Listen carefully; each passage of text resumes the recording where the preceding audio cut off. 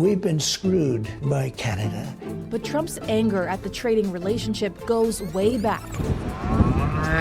One of the earliest beefs of his first term over Canada's dairy industry. Going up to 400%. You never hear that. Canada's absolutely one of the worst. It started with a number, 270%, then 300, then 4. President Donald Trump has long accused Canada of slapping sky-high tariffs on American dairy. But in late June 2025, the rhetoric escalated. Trump abruptly cut off trade negotiations with Ottawa, blaming Canada's dairy system and a digital tax as proof that America was, once again, being ripped off. But behind the headlines and hard talk lies a deeper conflict. This wasn't just about tariffs. It wasn't even just about milk. It was about two competing visions of economic sovereignty, and the people paying for it were dairy farmers on both sides of the border. Representatives, Canada has been ripping us off for years. 250% tariff, which is taking advantage of our farmers. Trump's obsession with Canadian dairy didn't begin in 2025. It dates back to the earliest days of his first term. Even then, he called supply management a disgrace and forced Canada to concede 3.6% of its market access during USMCA renegotiations in 2018. But that wasn't enough. By 2020, and again during his re-election in 2024, Trump revived the issue, railing against tariffs of 270%, 298%, even 400%. Technically, some of those figures appear in Canada's tariff schedule, but they only apply when imports exceed tariff rate quotas, caps set on duty-free volumes. Here's the catch. Those caps are almost never met. According to Global Affairs Canada, most U.S. dairy imports into Canada, including yogurt, cheese, and buttermilk, fall well below quota limits. In 2024, for example, Canada allowed 3.5 million kilograms of yogurt to be imported tariff-free, yet importers used only 12% of that allowance. Still, Trump doesn't care about quotas. For him, Canada's supply management system, with its controlled prices and guaranteed income, represents everything he's vowed to tear down. Well, the uncertainty is killing us, and it's hurting American business, it's hurting Canadian business. Even before Trump's June 27th decision to cancel trade talks, the pressure on farmers had already been building, and the fallout has since accelerated. In the U.S., dairy producers had grown dependent on the Canadian market, which accounts for nearly 40% of North American dairy exports, according to USDA trade data. Without clarity, buyers pulled back. The Bullvine reported a price drop of $1.70 per 100 pounds of milk, pushing some producers into negative margins. Surplus stock ballooned. Government aid, just $85 million, covered barely 7% of estimated losses. In Canada, farmers faced a different kind of crisis. While supply management cushioned them from falling prices, the export uncertainty caused backlogs. Processors cut production lines, especially for high-volume products like ultra-filtered milk. Ottawa rushed out a $6.5 billion Canadian dollar relief package. But for many rural communities, it wasn't enough. Across both countries, analysts put the total losses from dairy disruptions at over $1.2 billion and rising. He's attacking Canadian families, workers, and businesses, and we cannot let him succeed. For the Canadian government, supply management is non-negotiable. In recent interviews, ministers close to him reiterated, Canada already compromised under USMCA. It would not surrender more, especially under pressure. But Trump has ramped up the heat. He's now tying dairy to national security, invoking fentanyl and border control as justifications for new tariffs. Officials in Ottawa dismissed the rationale, citing law enforcement cooperation and RCMP compliance.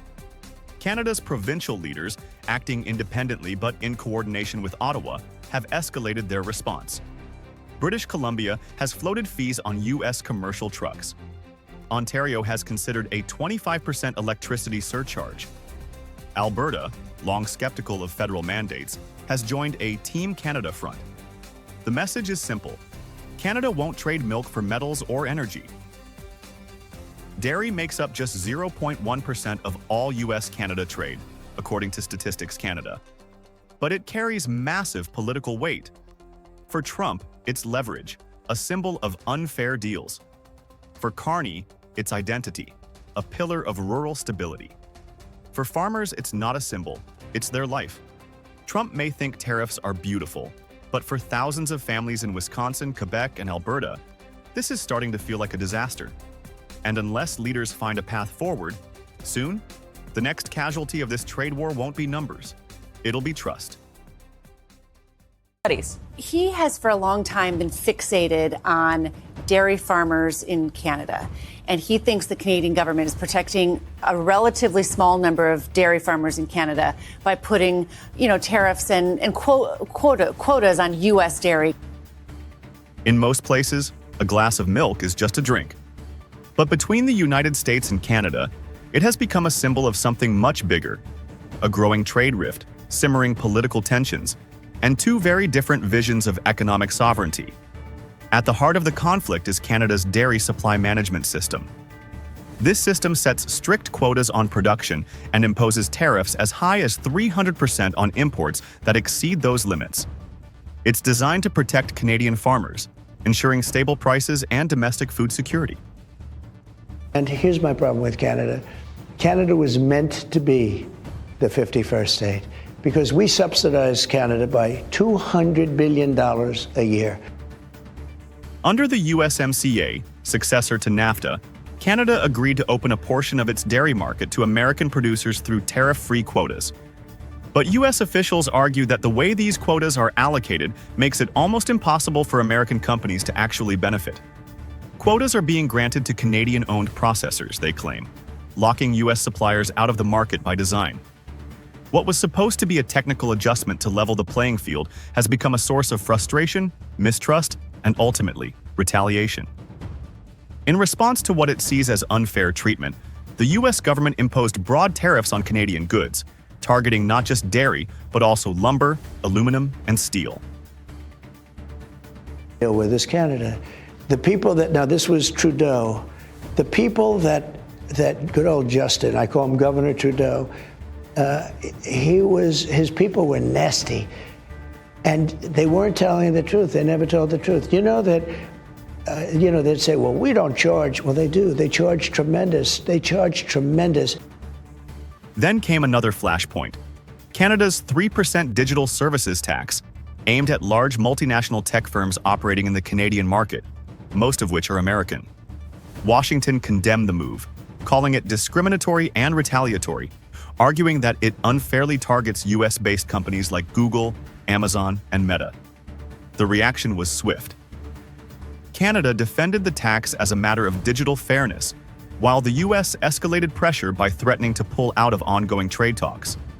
In the face of rising tensions, Canada rolled out a $6.5 billion Canadian dollar support package to help offset losses for its producers.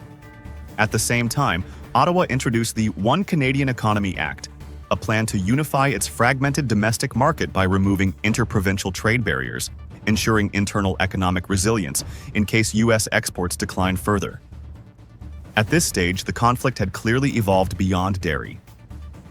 We find that they're charging us over 200% for dairy products. You know about that.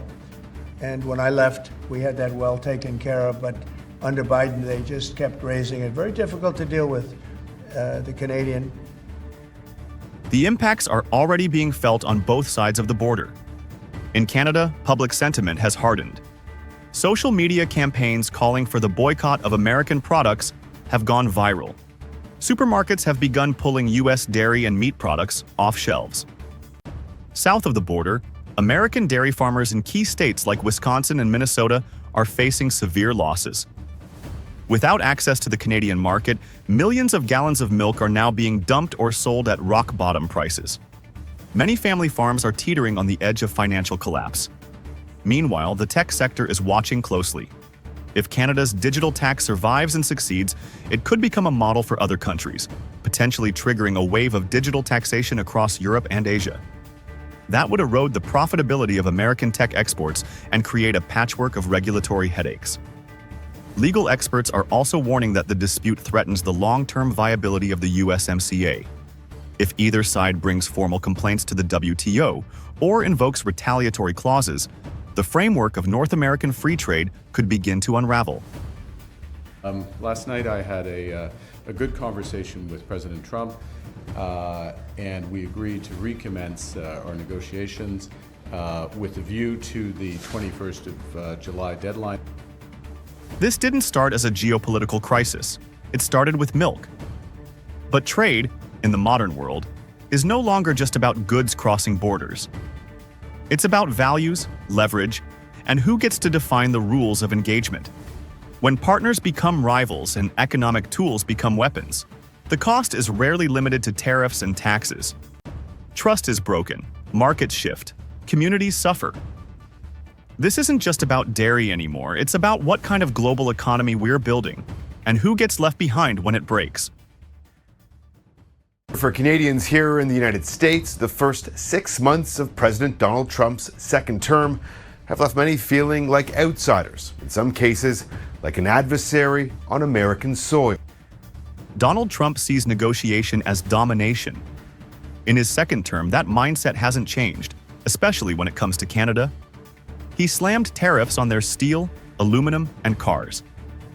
He demanded obedience. He mocked them on camera.